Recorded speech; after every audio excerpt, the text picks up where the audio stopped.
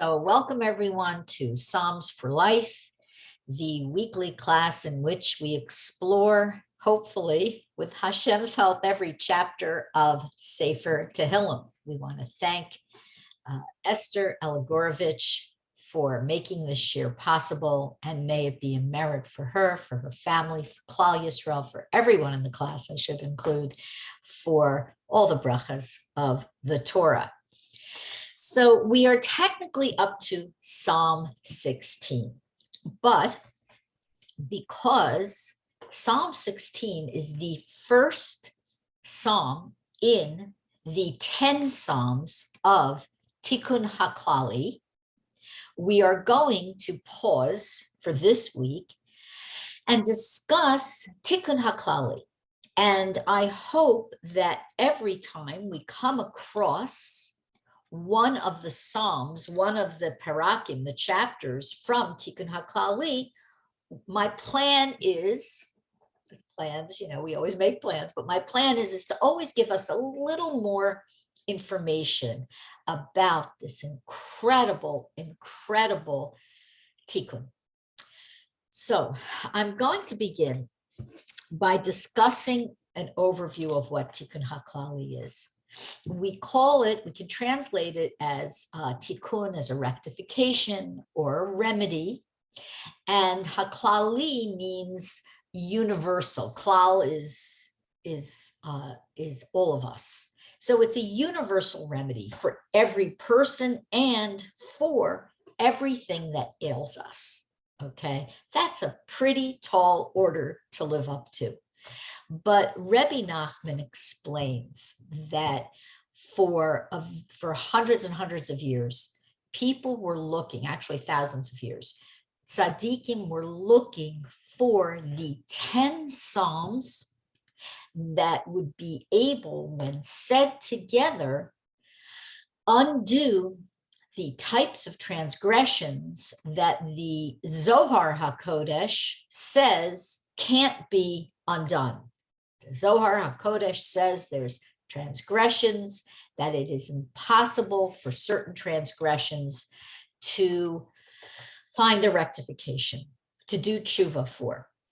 However, Rebbe Nachman says that that's not true. We can rely on him. We can rely on his words that Tikkun Haklali is able to affect a complete teshuvah. Now, there are other things we always have to do when we're talking about teshuvah, returning to Hashem, returning to our best version of ourselves, and we always have other things to do, but the key element is Tikkun Haklali.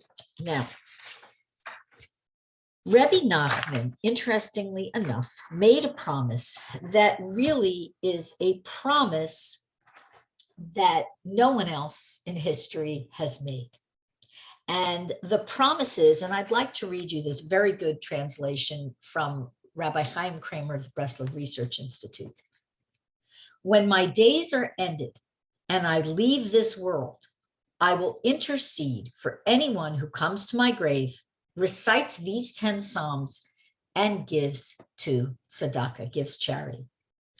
No matter how serious his transgressions, I will do everything in my power to save him and cleanse him.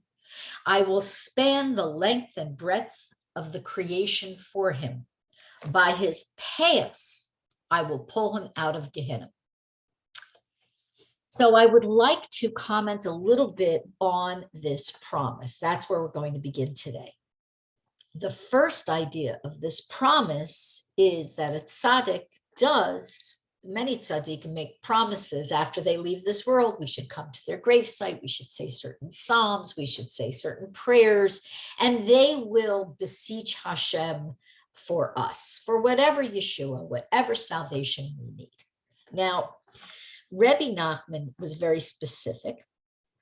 He said to come to his gravesite, to recite these 10 psalms of Tikkun Haklali, and to give a coin, a small amount of money, to tzedakah. This is why so many people travel to Uman.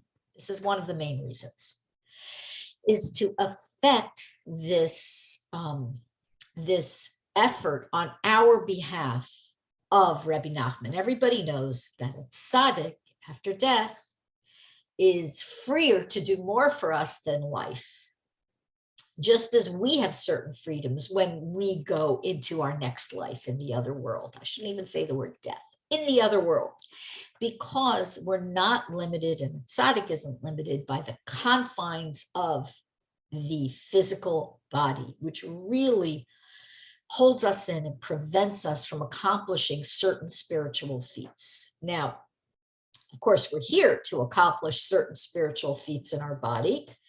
At the same time, there is a limitation because of the coarseness and the material nature of our bodies.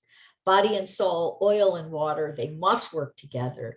The neshama needs to be in our body. At the same time, the body limits us. So Rebbe Nachman says to come, to say to his grave, say the Tikkun Haklali and give a small amount of money to tzedakah. It doesn't have to be millions, okay? Most people give today's equivalent of a peruta, a small coin, which many people say today is about $1, okay? Of course you should give more, but at least $1. And the idea is that these all together are going to activate that tzaddik power. Now, the Rebbe says no matter what we have done in our life, whatever we're suffering with, because we all need salvations, he's going to do everything in his power. And he is going to travel the entire creation in order to help us. What that means, spiritually speaking, we can only imagine. He's talking about a soul and his soul, but we understand that he is going to intervene for us. Now, he also says, by his payas, he will pull the person out of Gehenna. So payas, there's two things about payas I want to share with you. We have them too as women. We may not grow them long, but we certainly have these points right here. So we're not excluded from this. Don't think you're excluded. And the other thing about payas is payas are likened to tzedakah, to charity. Payas are a reminder of many things, and the main thing of which is to leave over the grains in the corners of the field for the poor person to pick up the fallen grains, okay? And these payas are the corners of the field. That's what it represents. And so they are constant reminders to give tzedakah, okay? Now, and we know that tzedakah, we know charity, of course, affects tremendous salvations. It's one of the main things that affects salvations. Now, the other thing is the Rebbe says he will pull the person out of Gehenna. What is Gehenna? Gehenna is a place that the soul goes when it goes into the next world, and it goes there for a cleansing of all the accumulated schmutz and bruises and bang-ups of this world. And nobody wants to go there, certainly not me, because it's a very uncomfortable feeling for the soul. The main operating factor of Gehenna is a sense of shame. And anybody who has ever been ashamed or humiliated in any way understands how painful this is. I think we all have many times, perhaps. It's a horrible feeling. So when the soul goes and the soul is there, it experiences this feeling of, wow, look what I missed out on. I could have held back on this. I could have done more of that. It's a feeling of discomfort and intense discomfort. And Rebbe Nachman says he's going to help us be saved from that. Now, there's another thing that we understand. Gehenna is in this world. Gehenna is the regrets of this world, the suffering of this world, the discomfort of this world, the lacks of this world, the tests of this world. Rebbe Nachman isn't just talking about the Gehenna in our next world. He's talking about the Gehenna we are all currently, at least at some points in time, dealing with in this world. And a self-aware person, any self-awareness at all, if you're not a sociopath, you're going to have moments that feel like Gehenna in this world, because you're going to have moments where doubt yourself, you question yourself, you feel shame. This is normal human feelings. I mean, hopefully you have these feelings sometime, because these feelings are signs to us that there's something amiss. In the same way, if you hurt yourself and you feel pain, that's a sign that you need treatment, that you need to fix something, you need to put a Band-Aid on, whatever that is. If you don't feel any pain, you're in trouble. And it's so interesting, because we spend our entire lives trying to avoid pain. That's what we do. Many people do. Try to avoid pain, try to avoid suffering. But the suffering is actually the first sign that something's amiss, and it's an alarm system to tell us, hey, pay attention to yourself. Look at yourself in the mirror, spend some time with Hashem, learn a little Torah, say a few Tehillim, say a few Psalms, and help yourself find a way to heal your neshama, your soul, because your soul is precious. Okay, excuse me one moment. Now, Rebbe Nachman, the next part of this promise, I'm going to read the next part. He says, I am very positive in everything I say, but I am more positive about this than about anything when I say that these Psalms help very, very much. These are the 10 Psalms, 16, 32, 41, 42, 59, 77, 90, 105, 137, and 150. If you didn't catch that, don't worry.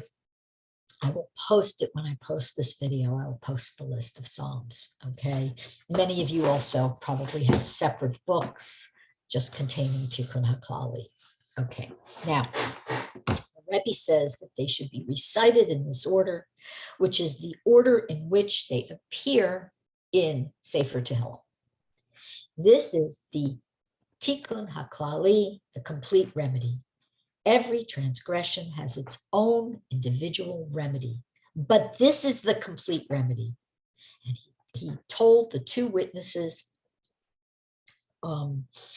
he told the witnesses who were the Rav of Breslov and Rabbi Naphtali, who was a follower of hers, he said, go out and spread the teaching of these 10 Psalms to all people. It may seem like an easy thing to say 10 Psalms, but in practice, it will be very difficult to do so.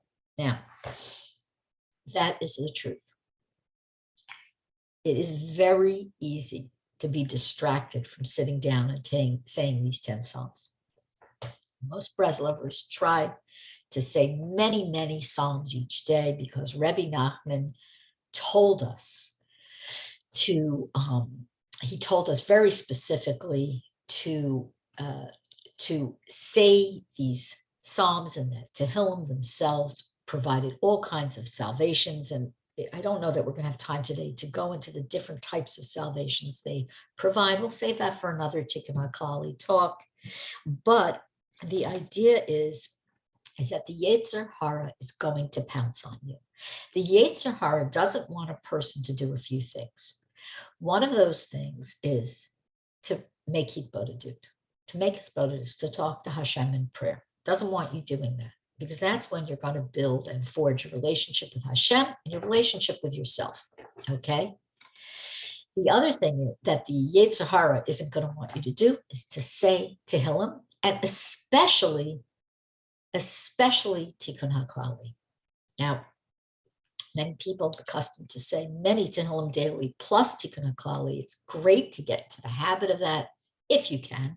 If you can't, it's good to set aside at least one time a week, maybe Shabbos, maybe another time, to say Tikkun Haklali. Like all Psalms, we don't generally say it at night. However, we can say Tikkun Haklali and other Tehillim on Friday nights, on Shabbat. And also, some say that you can say it on Thursday nights because it's technically Erev Shabbat. If you're in a pinch, better to grab the opportunity that you can rather than say, oh, well, I missed the opportunity. That's it. Okay. Which is why we try to pay attention to Rebbe Nachman's advice, which is when the thought comes to you to do a mitzvah, don't say, okay, I'll do that tomorrow. Grab it now. Do it now.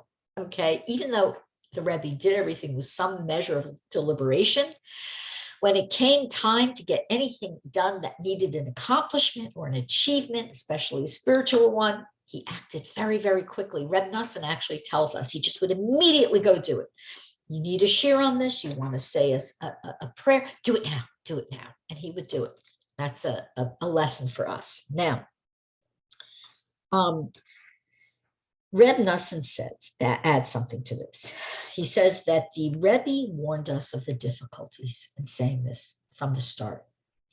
We have fulfilled our own obligation, he said, Reb Nosson said to his followers, and made the remedy known to everyone who wants to find this healing, cleansing experience. But every person should do as he sees fit. And then he says, I find this ominous. He says, listen if you want to, or ignore it if you wish. Okay. Listen if you want to, or ignore it if you wish.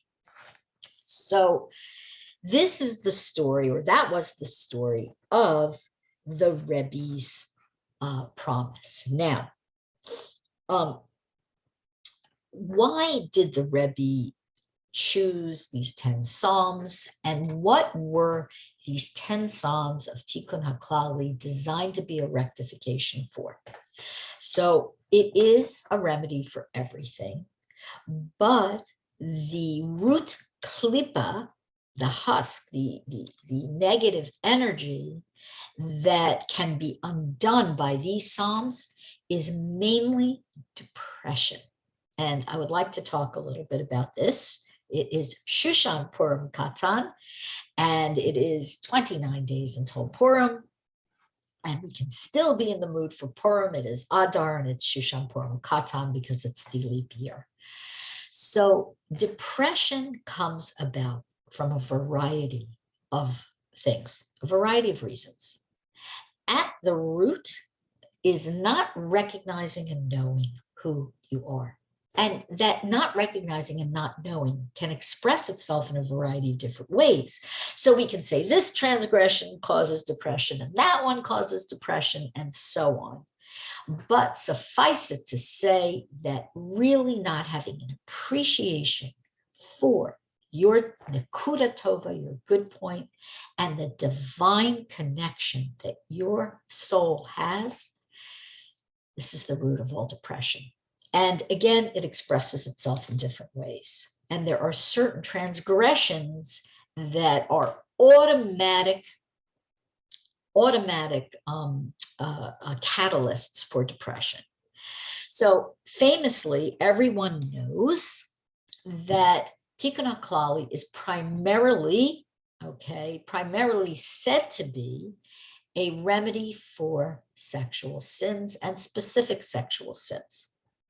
And you're welcome to read about this. There are books on the topic. And if you go to the Breslov Research Institute, which is breslov.org, or on my site, BreslovWoman.org, you should be able to find shiurim and talks on the topic. There are sefarim on the topic in both English and Hebrew and other languages. But does this affect women? Because the Rebbe was speaking to men about specifically an accidental omission or an omission that wasn't correct. And really, we don't have that particular issue. So the truth is we are all connected. Each woman is connected to her husband, obviously. And also, if you are presently married, you have a connection to all the Jewish people. We are all, perhaps a nice way to put it is one soul. Another way that the Rebbe describes it, which I find incredibly valuable and helpful to me when I'm torn between a choice, is this idea that each of us is on a ladder going up to Hashemayim, a spiritual ladder or a chain, so to speak.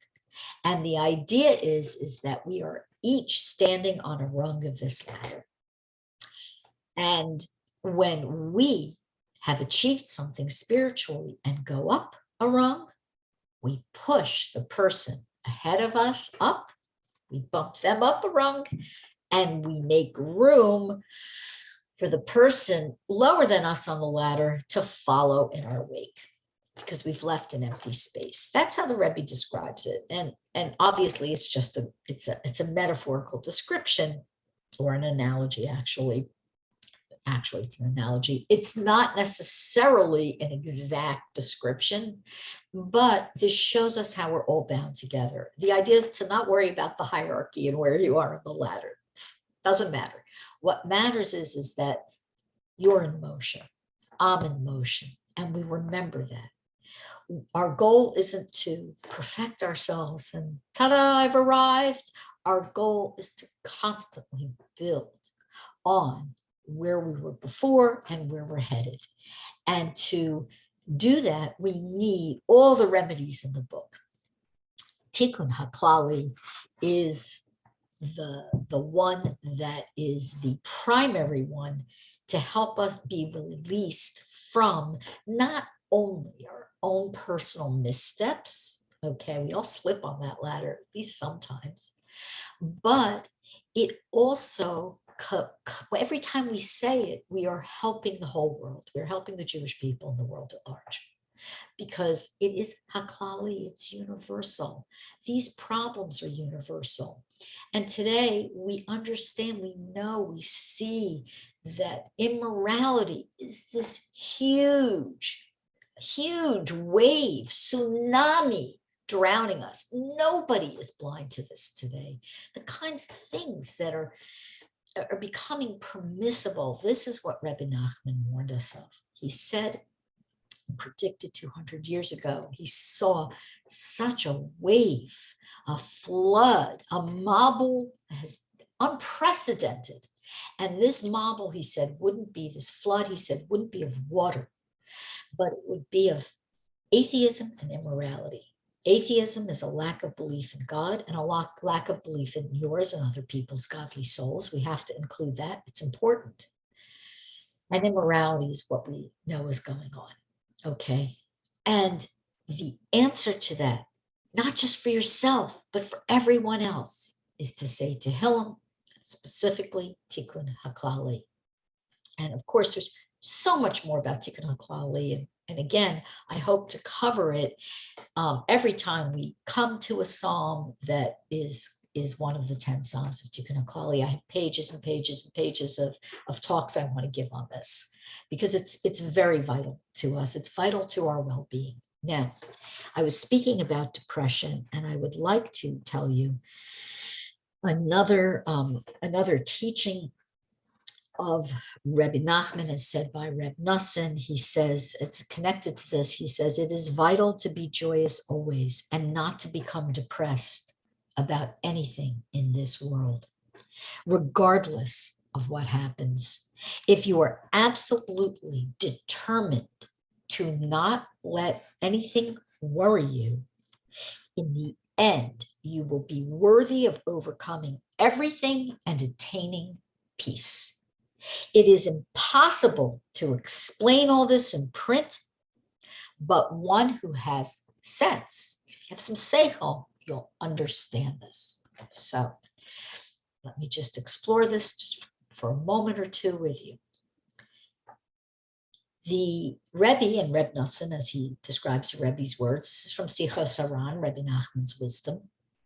The Rebbe is saying, you have to decide not to worry. This doesn't sound like what we are taught.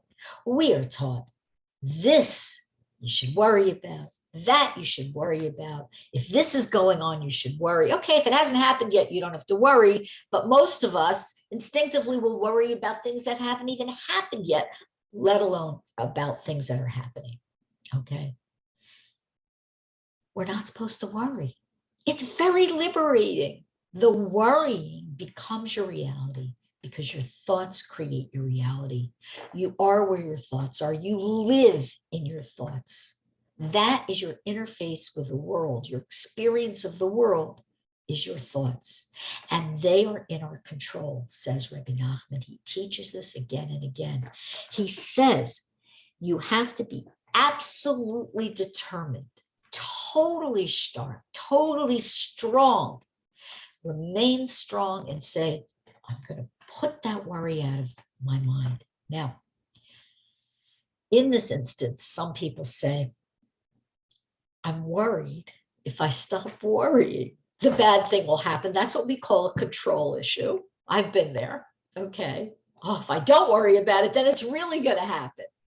No, the idea is that the worrying is actually going to attract whatever that negativity is, because you are putting it out there and building a reality with it. Okay. And the idea is the main thing, Rebbe says it's vital to be joyous. This has been my theme all week in the mini lessons, classes, the importance of joy. Okay, you can see yesterday's classes, we touched on this. And the thing is that if this is pushing your buttons, guess what? That's a good sign. Go with it. If it's triggering you, go with it. The reason it is because it's something that needs you to pay attention to it. Okay, we all have problems. I don't want what your problems are, but believe me, you don't want what my problems are. Believe me. Okay, we all have problems, but the Rebbe is telling us that joyousness is really a matter of choice. It is something that we can choose and work on if we are determined. And when we feel a worry creeping in, we should throw it out the window. I have my own visualization for this. I'll share it with you. It's extremely simple. I envision myself.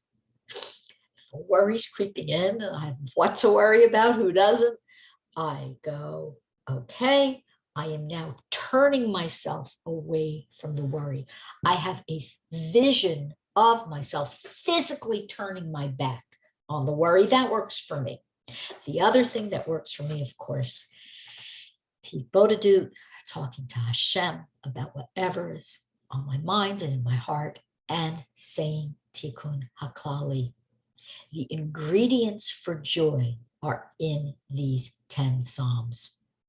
Now, one more thing that I really would like to go over so much about the details of the Psalms. Again, that's going to have to wait. In Psalm 16, that will wait. But one more thing I want to say today while we have a few minutes left, and that is there is a klipa, very negative energy. Okay, it's spelled in Hebrew, lamed yud tav. We don't pronounce it. Okay, in English, it's spelled Lillith. We don't say that energy. Okay, that is the energy of a very overwhelming immoral nature. Okay, or immoral acts. And that energy has a gematria, according to Rebbe Nachman, of 485. And how he arrives at that gematria is with the numbers and adding 1 for each number. Okay. Now, the next matching one is that Tehillim, Psalms in general, not just Tikkun Haklali, has the gematria also of 485. The way that we get to it is with the gematria of the numbers as well as +1 for each number, +5. Okay.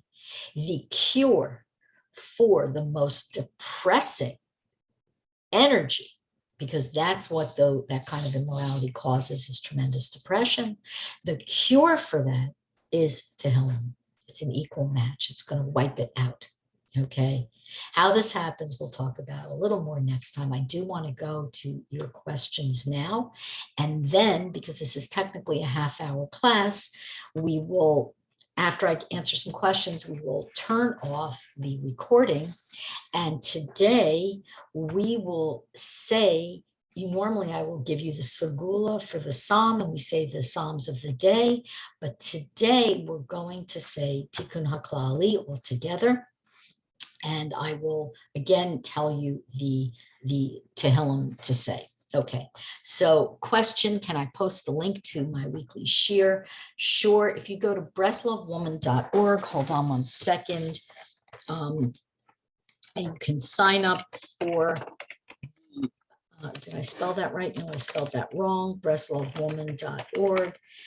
You can sign up for the announcements, or you can sign up for the WhatsApp group, and you get daily mini lessons. They're usually a couple minutes long, plus any class announcements that we have. Plus I have a YouTube channel, which is under my name. It's not under WomanWoman. Okay. Oops, that didn't go to everyone. That went to one person. Hold on, I'm so sorry. I don't know why it went to one person. Okay. So also someone has a comment, and it is to me, it's a direct message. So I won't repeat the whole comment or question.